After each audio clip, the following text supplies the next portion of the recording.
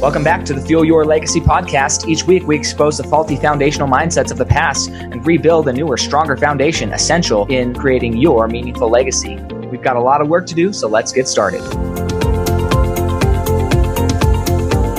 As much as you like this podcast, I'm certain that you're going to love the book that I just released on Amazon, Fuel Your Legacy, The 9 Pillars to Build a Meaningful Legacy. I wrote this to share with you the experiences that I had while I was identifying my identity, how I began to create my meaningful legacy, and how you can create yours. You're going to find this book on Kindle, Amazon, and as always on my website, samknickerbocker.com. Welcome back to Fuel Your Legacy. Today we have a very interesting, exciting guest. Some things that I love when I search for people to be on my podcast is people from different industries, different life experiences.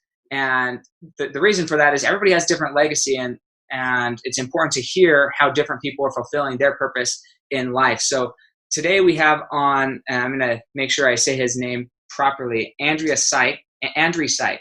Completely wrong. Completely wrong. That's okay. Yeah. Andrey Psyche. Andrey. Oh man. That's okay. I get it wrong every time. So Andrey Psyche, and he's a freelancer, performer, musician, mystic, and he makes daily commitments to himself and to the world. He's a human. The human heart to him is the most powerful tool for success on the planet.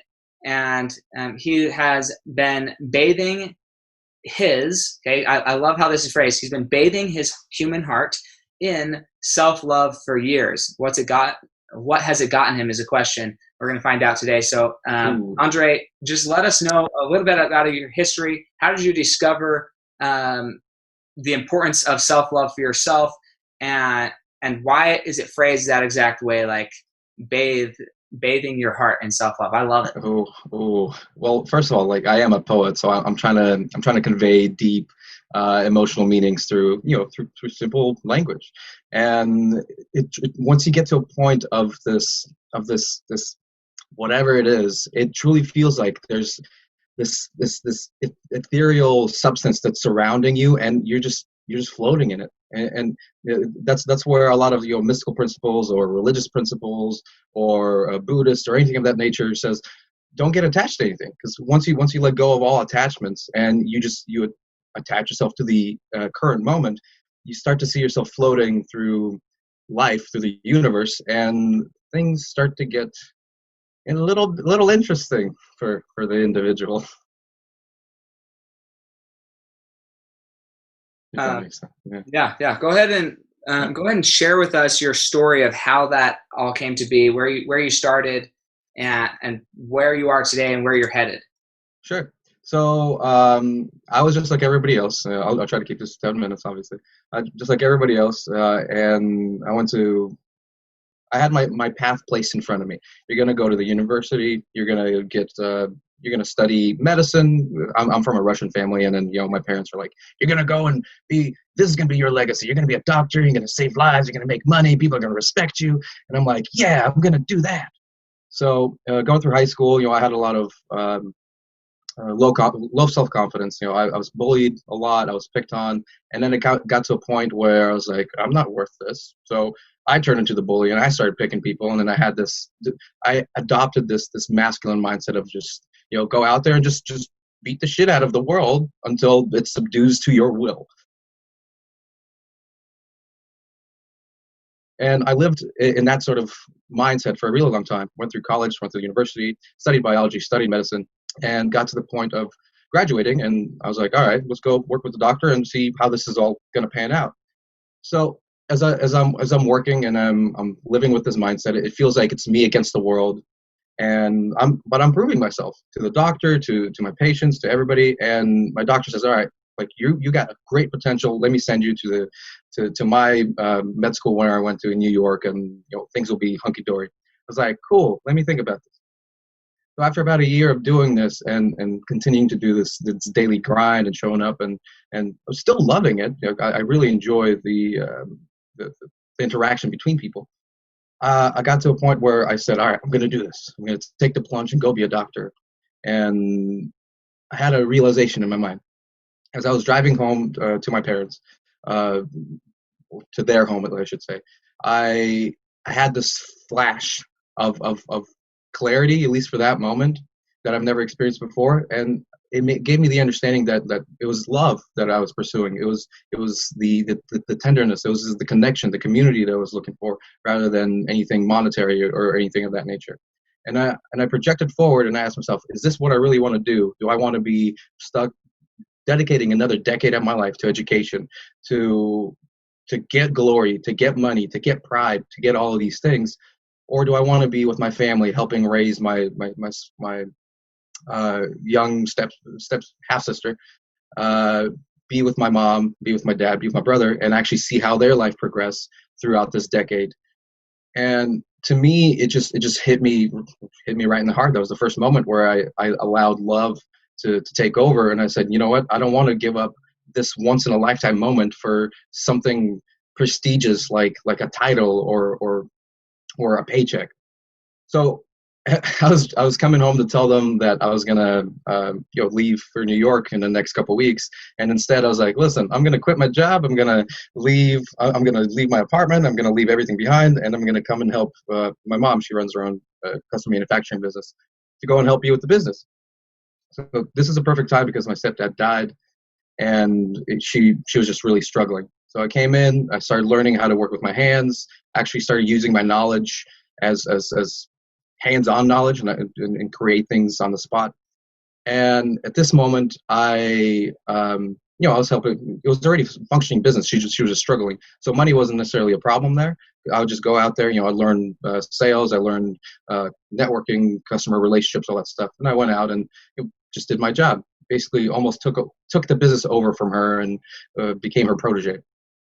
So what happened is I started creating with or playing with just random things. Up until this point, art was worthless. Music was worthless. I thought, why would anybody be spending time on this? It's just background noise. I listened to a lot of techno just to get me pumped about doing whatever the flip I was doing that I found useful. And I had this moment of transformation. I was running my CNC router to engrave some sort of image, and boom, just lightning just hit me. And I had this understanding, this clarity, this embodiment of the knowledge that I am the creator of my life, that anything and everything that happens around me, whether it's the relationships that form in front of me, or just even the state of the world, I accepted responsibility for how it is. And from that moment on, I was like, okay, I can't sleep on this information. I can't put out the fire of my spirit in this moment, and I have to go and express myself fully. So that moment, that realization allowed me to just go into painting, go into poetry, go into music, go into dancing, go into acting, go into all these ways of expression, because I understood it to be deeper than just that expression. I understood it to be the creation of the individual that would participate in the world to then create ripples of effects that happen between connections of other people. And then it's like the butterfly effect.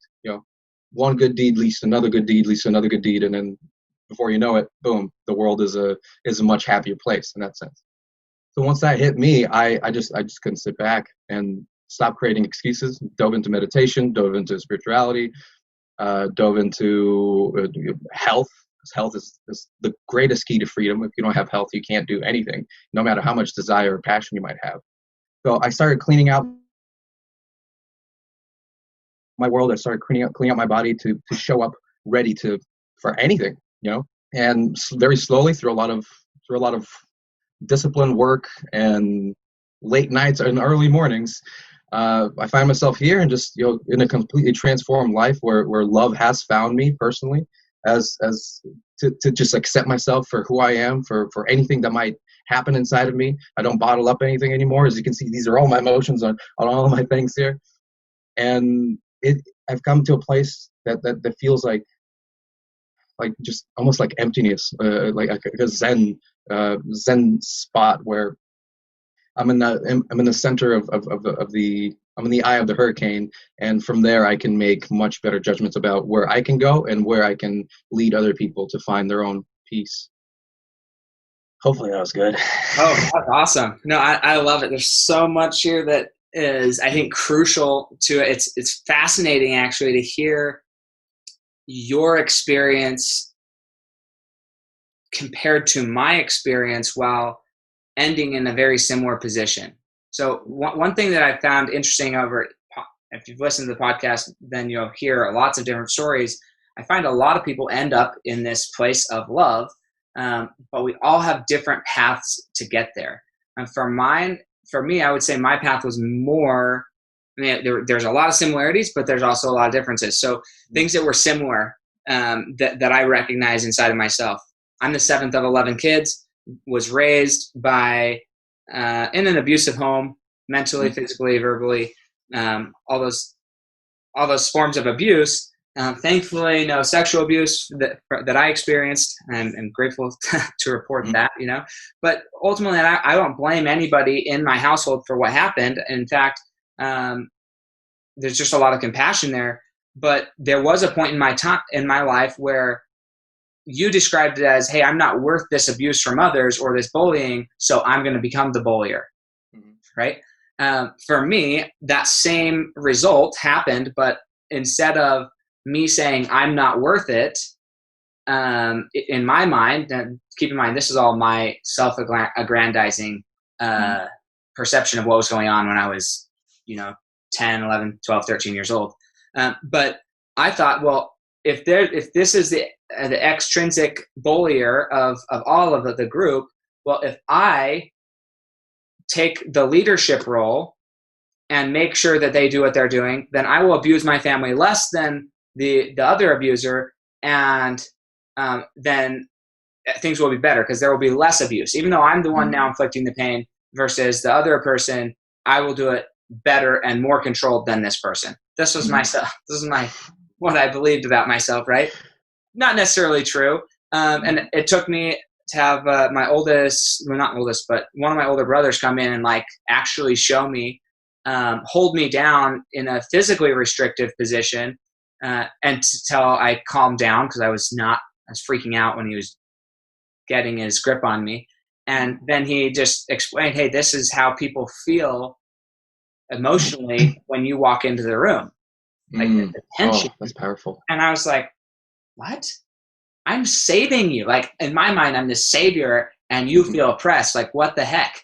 But it took me a while for the penny to drop and for me to start seeing and start looking at it from a different perspective and seeing all the damage I had caused by me being oppressive. And it's interesting because most of us grew up with having this person who we felt was betraying us, but we never really felt because we were born, I'm the 7th of 11, so my younger siblings, we were born into an abusive situation, so we didn't really know anything different. But it is different when you see somebody who you thought was your ally become the abuser.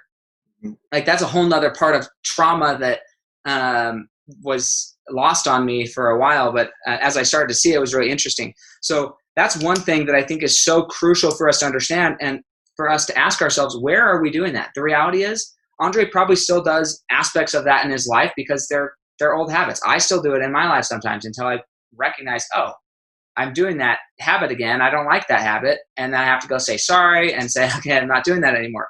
That happens. The one thing that is interesting though, is that love is the goal. For me, love was the goal to even for my siblings, the ones that I ended up being the oppressor for, love was ultimately the goal. I wanted to help them not be abused as much, and when you recognize love was the goal, things changed in your life about what you were chasing. I'm curious about this one question. When you say don't be attached to things, but attached to the current moment, where did you experience or learn that type of phrasing or experience? What led you to that experience of, look, I'm not going to attach to anything physical. I'm just going to attach to present. So, for the longest time, like I said, I jump into a lot of meditative practices, and as I was experiencing these shifts of myself, of my energy, coming from a scientific perspective of being an atheist, I needed language that could describe what I was going through. So I was like, all right, here's the things that I've been experiencing. What is out there that can put some words to it? So I started diving into, Buddhism, Hinduism, mysticism, Hermeticism, just a lot of different things that have been around for a really long time. And Buddhism is one of the things that really grabbed me early on with that quote. Buddha said attachment leads to suffering. And for a while you can mull it over and it's like, what does that even mean? And there's a story where he says, all right, you have a vase and you love this vase. If you're attached to this vase, when the vase breaks, you're gonna feel a severing, and you're gonna feel pain because you've been attached to this vase. But if you live every day as if the vase was already broken, then every moment you spend with that vase is gonna be filled with pure love. And the day that it gets broken, which it eventually will, you don't feel that loss because it's been broken all along, if that makes sense. So so that idea, I practiced it heavily. Like when I was starting to I remember there was this moment that I flipped 180, and I could even see myself looking back at myself, and I was like, how the flip did I get here? How I can see that man, I can see that person right there, but I'm not that man. I can see a clear distinction between these 2 points, and it happened right here. And I remember practicing this, and I had a girlfriend at the time, a brand new one just came along, and I even told her the same thing. I love you, not attached to you. If you ever want to leave, like, please do. And this is completely backwards from how I was the first relationship, even second relationship, because I was so attached, so much codependency. It was like, you can't leave. You must be with me. I don't want you to go out there. I don't want to lose you. And the goal was always like, how do I love you? I want to love you. I just want to protect you. I want to make sure you feel loved. But what it was, it was, again, just the abuser. I was projecting my own insecurities. I was projecting my own, misunderstanding of what love was. And when I realized to let go of attachment and just be there with the present moment, then it's like the universe opened up and love made more sense. Love is just the appreciation of that moment and taking it in as it is, rather than putting your mental projections on an individual or an environment, and then living in a fantasy world that doesn't exist. If you can let go of attachments, you can be present and actually see for what it is. And from that, oh my gosh, you can start creating just unimaginable portraits with your life. I completely agree. It's so funny, actually. I told a lot of girls that. Most of them left. My wife didn't, though, so thank goodness. But yeah, she's my wife now. But yeah, that statement, she felt a lot of insecurity when I told her that. Like, look, this isn't meant to be rude. I was literally on a client call just before this, and the same thing. The client is thinking about working with me, and as a business partner, I was like, look, I don't need you to work with me. I want you to. I'd love to help you. I'd love to help you and your family succeed. But like, if you come work with me, that's great. If you don't, my family still eats. My family still drinks. My family still has a house over the head. Like, I don't need you for me to make money. Now, I'd love to help you make money, in which case I'll make money, right? Mm-hmm. But I don't need you here. And that concept is it is opposite. It's opposite because those people you're telling that to, they have the insecurities that they need you. And so they're like, oh crap, well, if he doesn't need me, why is he going to stick around in an environment where I need him? So that concept, I would highly encourage you to consider as a listener, what exactly are you holding on to that you need that would be better off if you let go?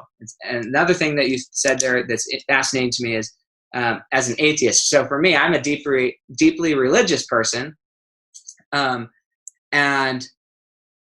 that being said, I view all religious narratives, right? Because religion is different than theism in my mind, but it's like ritualistic, right? Religion is for rituals. And in that situation, the same thing is necessary. What is the narrative that you're going to use to describe your experiences, right? Because I think that's what all religious texts were about. That's what everything was about, is they had a narrative that they felt, hey, if we share our experience in this narrative, it's an easy, understandable, at least gives people the basics of what's going on. If they want more information, they need to get connected with themselves or the spirit or God or the creator or whatever. But the end goal is the same, right? I am a member of the Church of Jesus Christ of Latter-day Saints, and one of the, I would say, the key teachings that is doctrinally in the church, but I would say very rarely practiced by its members, Mm-hmm. Okay, is the idea of creation. Like it's taught into the doctrine of the religion that you're a creator, your ultimate objective is to become a creator, and this is a training ground. Like that is the doctrine. If there was like one overarching, that's the whole point of this universe, that's the overarching point of it. They call it the plan of happiness, plan of salvation, whatever. But point being, helping people get to the point where not only do they know, right? Because we have this language that we're taught from a young age that you're a creator and it's up to you to be the creator of your universe, but to actually put into practice it. And so I love that you found that you are, and the way to do that is to unattach yourself from everything. And it's like the simplicity is the ultimate sophistication, because the more unattached you are, it's almost like the more connection you feel with everything. So the less attached you are, the more connected you become, which is, it's this fascinating, seemingly paradoxical thing, but it's not at all. The other thing I want you to speak to here, because this is different than my situation. So for me to come to a lot of these enlightenments in myself and observations of myself, I had to put in a lot of effort, a lot of work.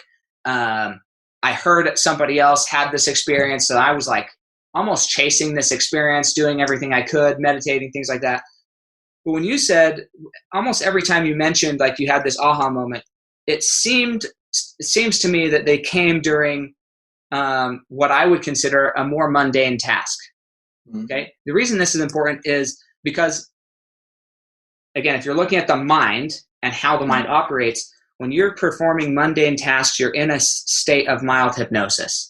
You're basically on autopilot, not connected to anything or not attached to process or anything. You're just going about your regular business on autopilot.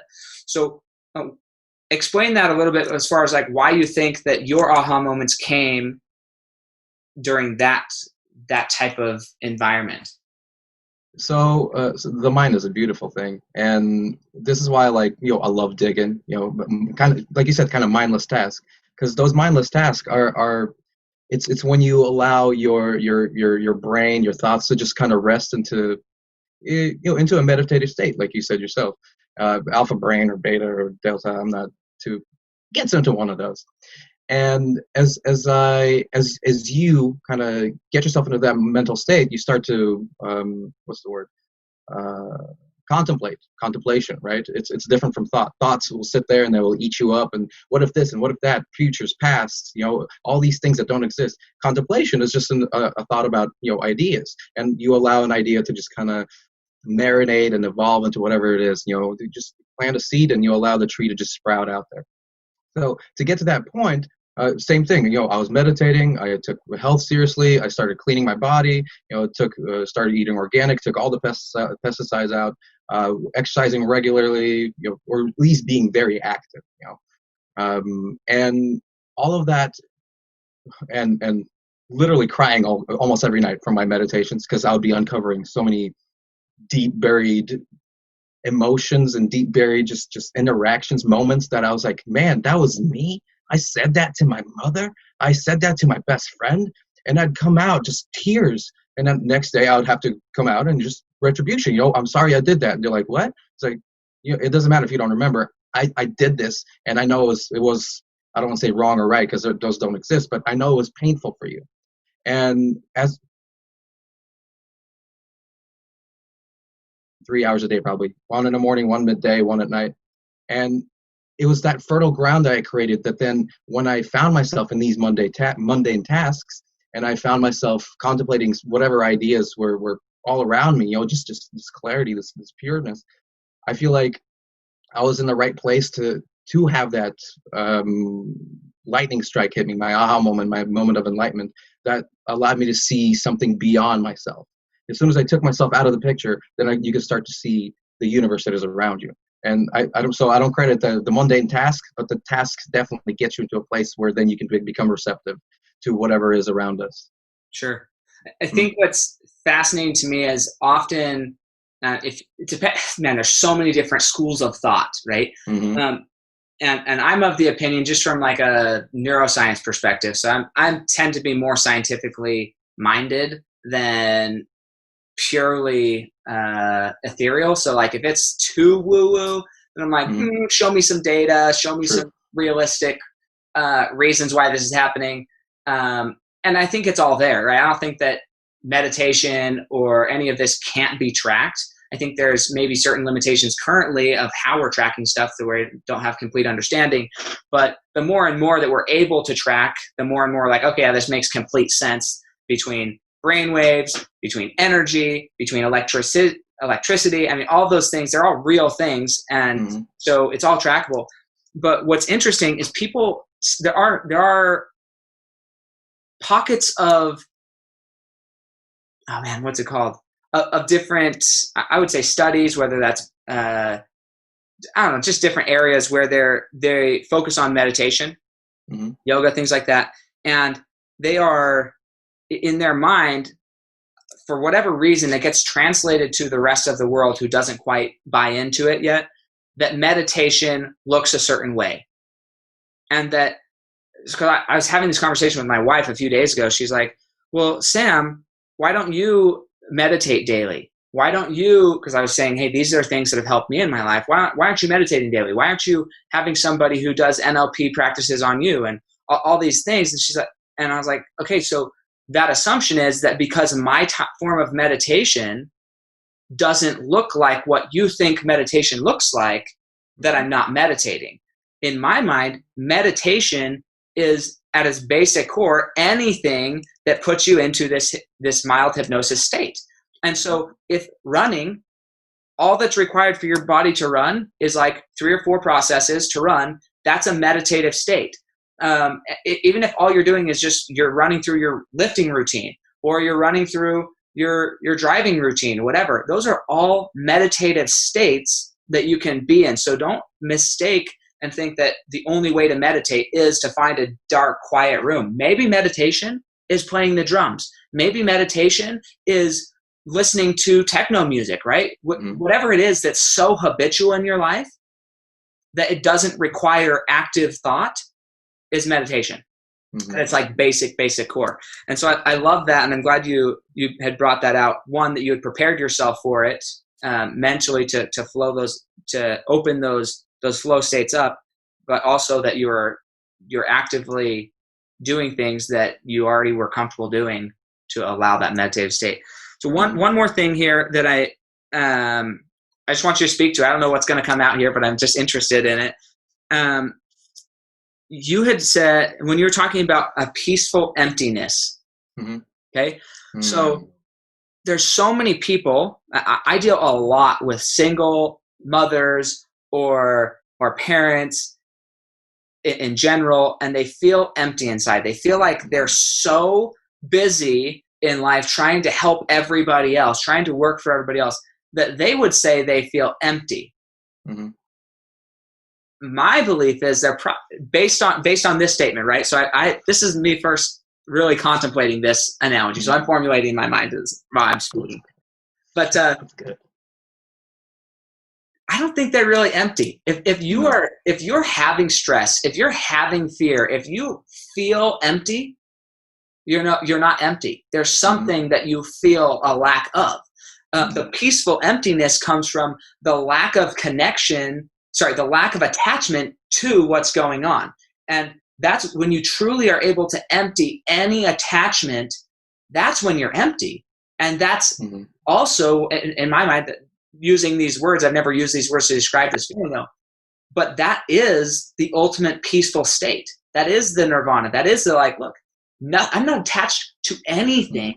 I don't have an outcome that I'm attached to. That doesn't mean I don't have goals. That doesn't mean I don't have objectives. I'm just not attached to XYZ outcome. Speak to that for a second, like the kind of contrast between, I don't know, at this point now in the conversation, it's attachment and connection and emptiness. So speak to that for a second. Okay. So I completely definitely agree with what you're saying. And when somebody's feeling that way, they feel like they're empty, they're actually full of other people's garbage, basically, right? And they're empty of their own desires. They're not following their own heart. So in this scenario, I guess I wanted to take this into a little bit of philosophy. So I don't know if you've ever read Friedrich Nietzsche or just even had an understanding of him, but he has he talks that every individual has three stages of life. You're either the camel in today's terms, like the sheep, the lion, or the baby, or the child. So the camel, he goes out there and he goes to the world and he just lives doing normal mundane tasks of whatever it may be. Just, go to work, have kids, buy things, whatever it is. And it's a life, right? If you want to choose that, if you want to live that life, it's also a life. Like every life is worth living. There's no right and there's no wrong. If you get to the point and start questioning that, it's like, wait, what am I really doing here? You get to the point of a lion. And the job of a lion, the second stage, is to find all the thou shalts. And those thou shalts are attached to a dragon. Each scale has thou shalt love your mother, thou shalt listen to your boss, thou shalt whatever, anything that we've been programmed to believe.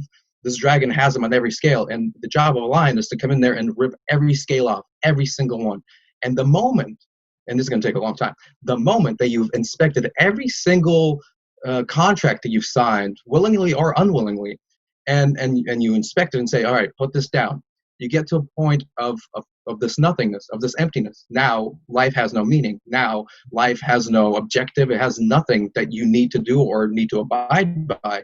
And a lot of people can find this spot as scary, because it's almost like death, because it is death. It's the personal death. It's the death of a personality, of the ego.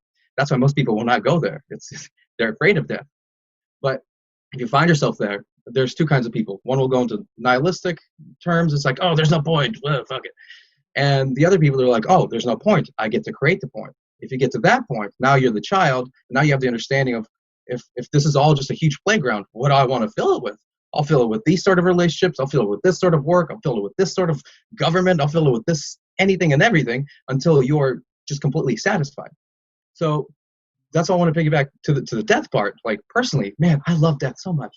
I think death is the most beautiful, misunderstood thing that we share into the world, and everybody's so afraid of the unknown. But the unknown is the most beautiful part.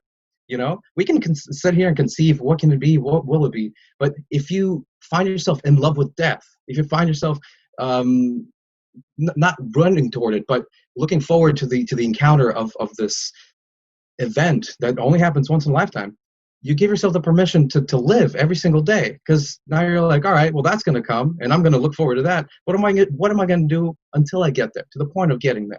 And if you're not afraid of death, every single day you'd be like, well, I can take a risk. What's the worst that can happen? Death. I'm looking forward to that. So at least personally for me, that was initially what got me there, just understanding of death a little bit better, and then starting creating the life that I wanted to live. That's beautiful. I love it. Another friend of mine, he regarding death, he describes depression and anxiety or suicidal thoughts. He says, look, you are suicidal, and that's a great thing, right? That's an indication that part of you needs to die.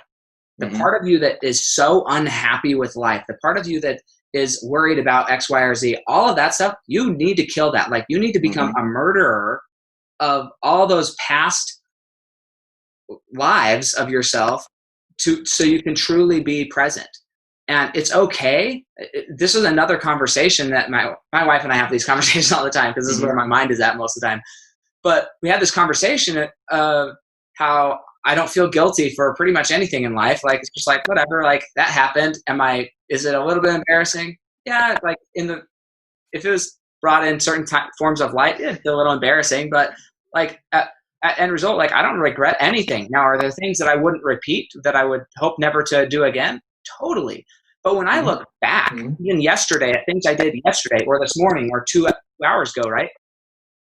I look back, I'm like, no, that was weird. That wasn't even me who did that. Like, that's like, what?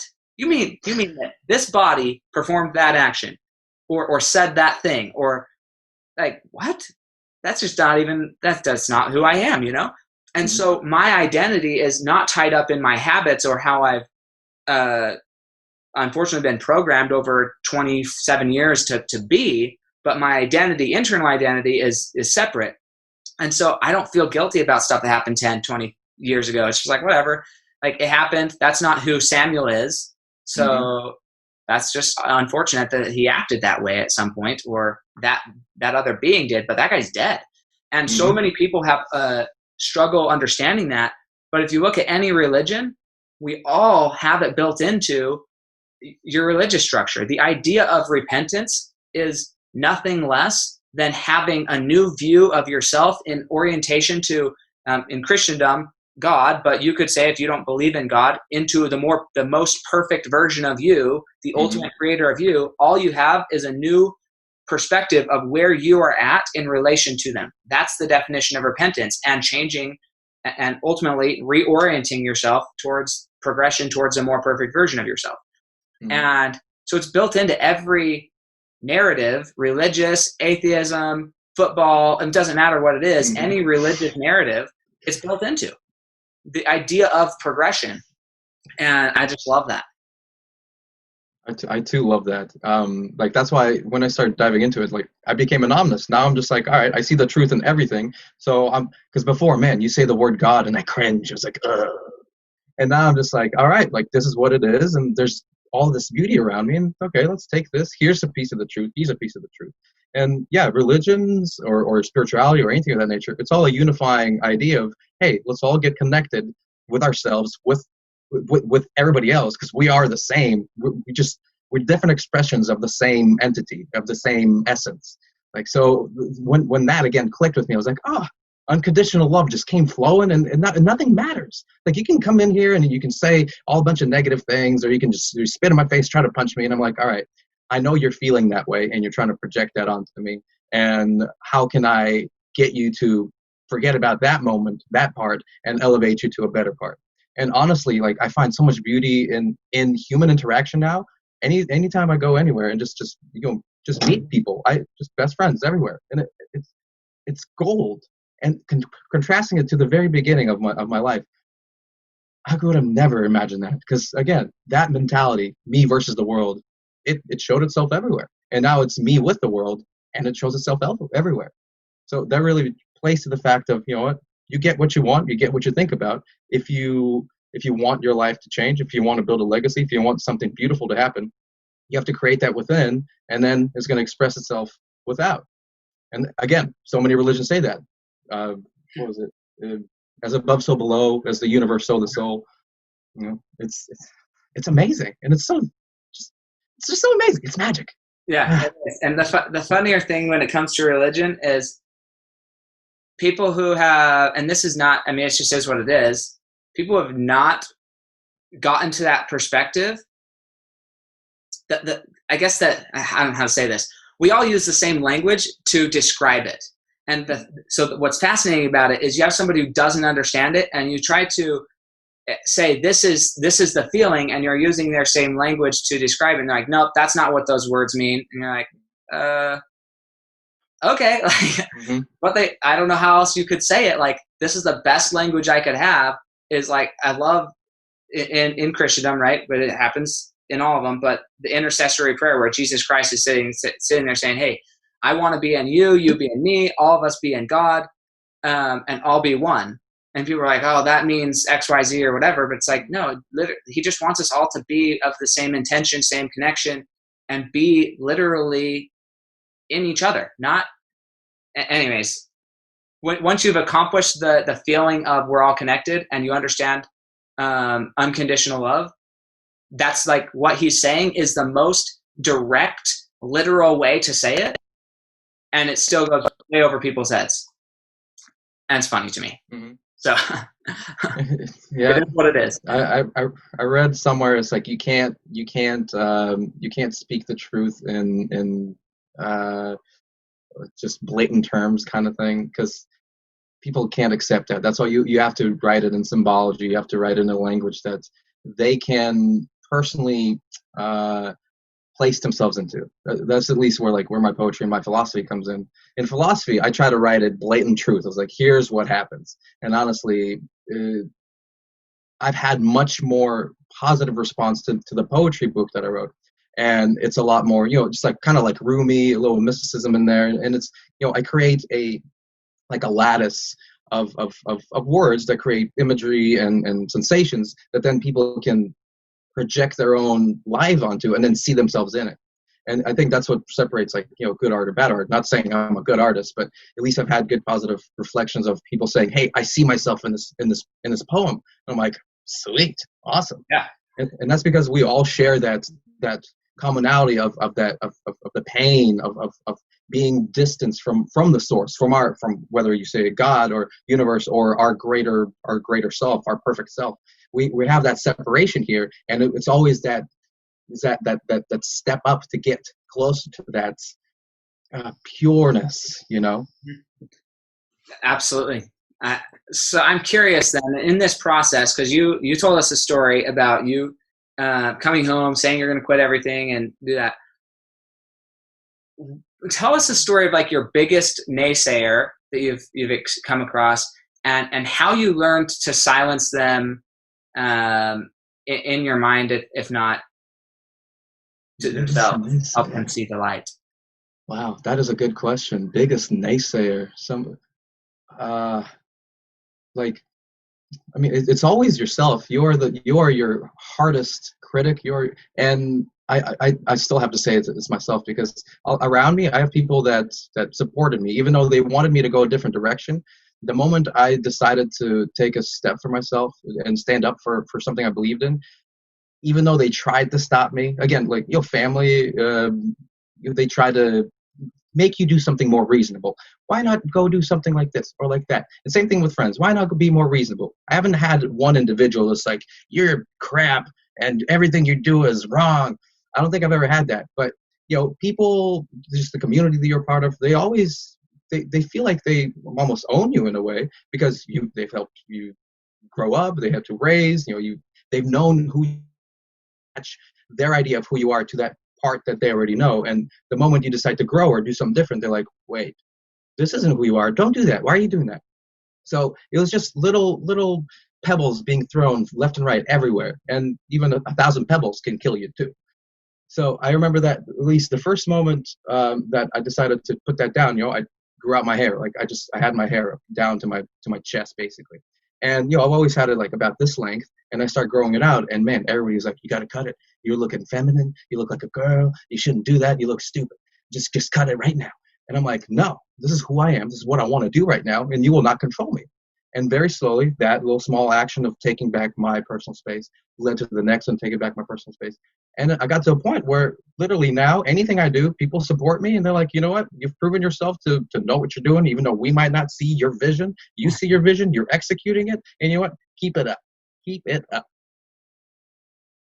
Yeah, I think it's an interesting thing. One of the books you said, "Hey, I would recommend this one," is The Four Agreements, and I think that book, I don't know, that book, The Untethered Soul. There's a few really good books about just understanding what agreements, what type of contracts, for lack of a better word, you've made in your life, and re-examining them and saying, "Okay, do I want to continue to live by this contract that I made? Well, yes or no?" And being more intentional about what you're choosing to live your life by. When you start to go take back and start putting up boundaries in your life, it is uncomfortable for people, and absolutely essential for you and them.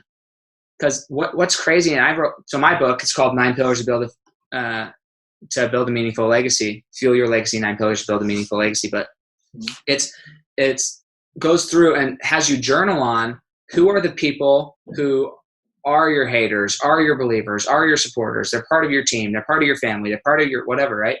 And if you chase your dream and your goal, how is their life going to change for the better? And then what actions can you take for today? So it walks you through this almost meditation, in my mind, this journalistic process. And what's important about it is it's all from a state of love. It's if you are able to build your boundaries and you can show them that it's okay to take back your boundaries, then it allows them to start making those changes as well.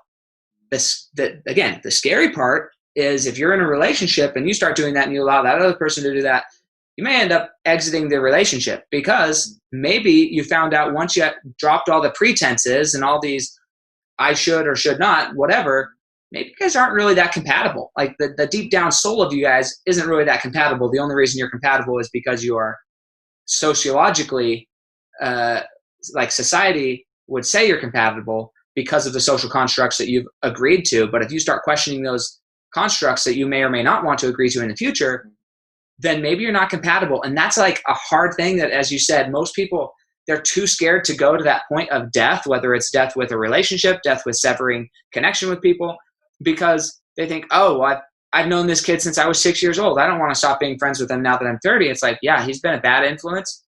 And I say bad, not that it's a negative, but like not good for your ultimate objective of what you want, bad.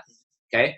The whole time. So why hang on to it? If he's holding you back, why hang on to it? And that's hard for people to accomplish, but I couldn't recommend a better process to go through to become one with yourself and identify really what your goals and objectives are. Mm-hmm. So that's awesome. I'm curious where, if somebody wanted to listen to your music, view your art, kind of get a touch of your soul and how you view yourself through those mediums, where do people reach out to you? Maybe they just want to have a conversation because they like where you're at in poetry or where you're at in philosophy. Where would they get in contact with you? So the best place, honestly, is my website, andreypsyche.com, ANDREYPSYCHE. And there I try to post just the hub of everything that I have. And then beyond that, I'm very active on Facebook. You can send me a personal Facebook invitation if you'd like, just not even a group. If you want to come to the group, it's just the same stuff I have on Instagram. So, but if you want to have a personal connection with me, which I encourage, just Andrey Psyche, you're going to see this face looking with some, like I did some digital art over the background, and I'm like, I'm fabulous. So yeah, you find me on Facebook, very active there. Instagram, also andre.psyche, but I also have 8 other Instagram pages, each one separating my talents, poetry, music. I'm Russian, so I have a Russian page if you speak Russian, and then memes and just a bunch of stuff. I just try to express myself as clearly as possible to reach the people that I want to reach. And yeah, the best place is my website, and then from there on, you can email me, and then I can give you more if you'd like. Awesome. And most of those links, if not all of them, will be in the show notes underneath. So you'll have his email, you'll have his website, and then lots of Instagram links to all of them. Do you want to go see what Russian looks like? Try and read it? Go for it. You're right. It's not the easiest language I've ever tried to read. It is not. It's like what, top 3, I think. I think Mandarin's number 1. I think Japanese, and then Russian's right up there. Russians. I will say though, honestly, I feel like Russian was easier than Polish, personally. Mm-hmm. Polish was difficult. Yeah. That was probably. So when I was serving my LDS mission, I was in Scotland and Ireland, and there's so many immigrants there for fishing and oil that I didn't learn any of them like completely fluent, but I learned like conversational, how to introduce myself and just find out how somebody was doing in Russian, Lithuanian, Latvian, Polish. That was pretty much the main ones. And then every dialect of Scottish, right?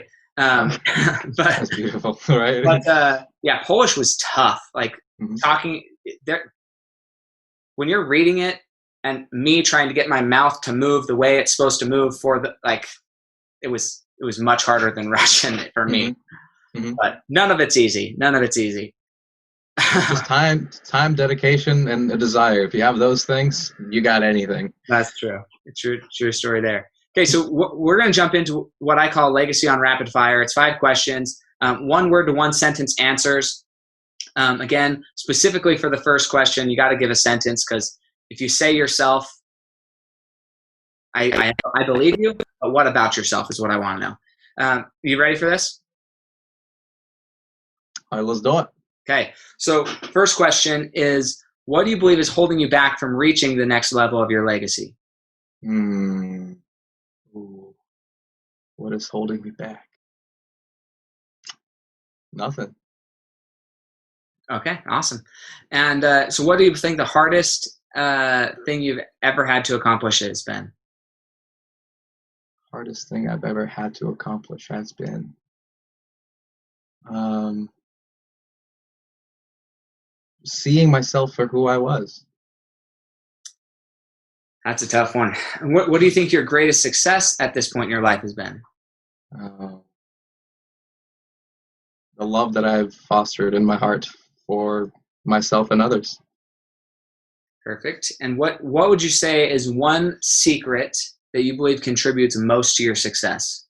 Mm, one secret that contributes to my success. The understanding of quantum mechanics. I agree with you. Yeah, that's a deep question and answer. I know, but the reality is, at least for me, I would agree with that answer. I don't think I ever Mhm, would have said that answer in that way, but I would agree with it. Like mhm, understanding quantum mechanics helps you understand, and for me, again, you're scientific-ish mind, I'm scientific-ish mind. So like understanding that enables at least me to take the steps that I needed to take to accomplish all these other things. Because mhm, before I was a skeptic. But once I mhm. saw it in quantum mechanics, I was like, done. Right? Me too. That moment I was like, wait, what a second? Like the observer principle, the wave particle duality. I was like, oh, wait, what are you saying right now? Okay. And then I took it, and then you take it into your own personal life and then you express it. And that's what all this is. That's all what this is. Yeah, I love it. That's a great answer. So what are 2 or 3 books you'd recommend to the Fuel Your Legacy audience? So definitely, you already mentioned one, which was the Four Agreements. I feel like everybody's already read that, and if you haven't, please do so. Second book that I found a lot of value in was what was that one that I said? The Way of the Superior Man by David Dita, and it doesn't have to be just a man. A woman can read it too, and there's a lot of just I don't want to say tutorials, but there's a lot of ideas that really get you to consider the life that you've been living and what it does mean to be a better man, what it means to be a man in general, and what a woman is, and how those relationships play off each other. And another one that I want to suggest that maybe not even a book, it's an author, and his name is Leonard. Leonard. Ah, Where's this book? Leonard. Leonard. I'm gonna grab this book right now.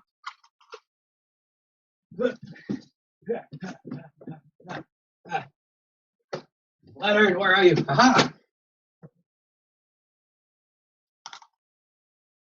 Thank you for your patience. His name is Leonard Schlein, and this man is he combines like the art and the science together so beautifully that and he dives into so many different topics. I mean, this one that I have is Leonardo's brain, so the brain of Leonardo da Vinci. And then he talks about one where society versus or not society, language versus the goddess, how language served to lift up patriarchy and kind of destroy the matriarchy kind of thing, and pull down the feminine side. So he goes into so many deep societal ideas, how we figured out time.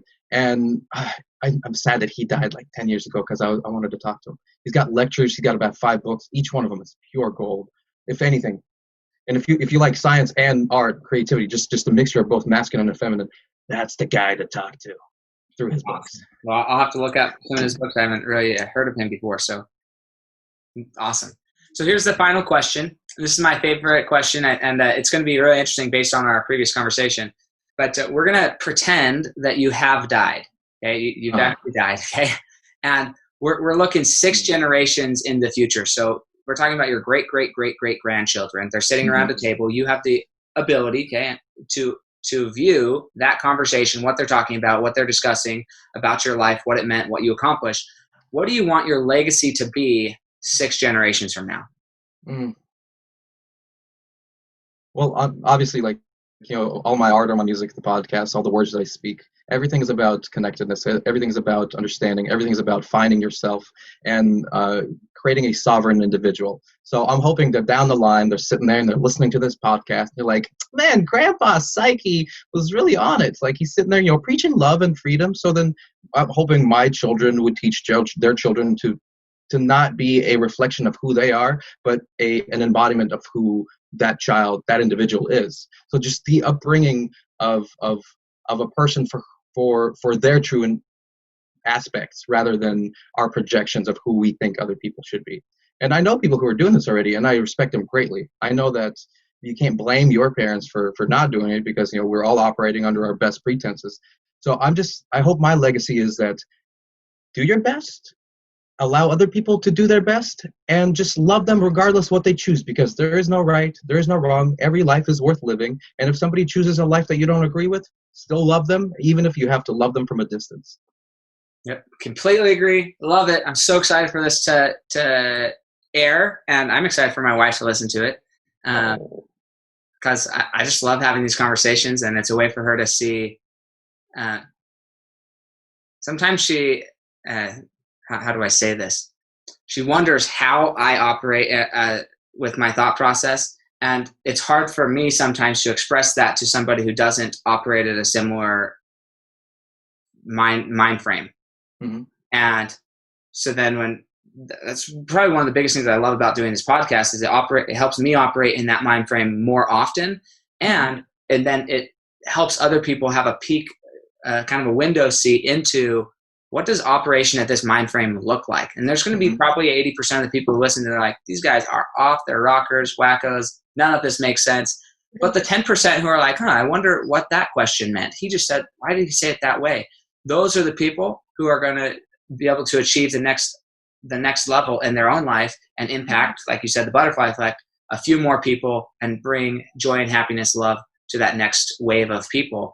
And so I'm not chasing everybody who listens to this podcast, but the people who do get to take that window seat and are interested in thinking a little bit differently every day, improving how we think and love and bless other people's lives, that's who this podcast is for.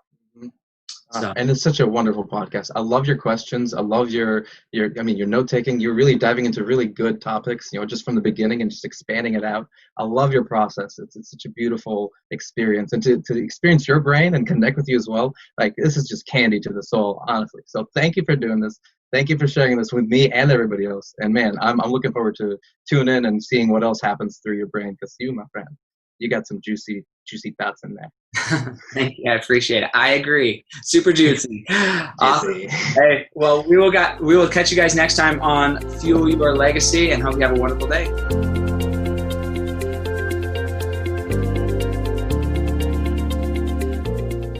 Thanks for joining us. If what you heard today resonates with you, please like, comment, and share on social media. Tag me, and if you do give me a shout out, I'll give you a shout out on the next episode. Thanks to all of those who've left a review. It helps spread the message of what it takes to build a legacy that lasts. And we'll catch you next time on Fuel Your Legacy.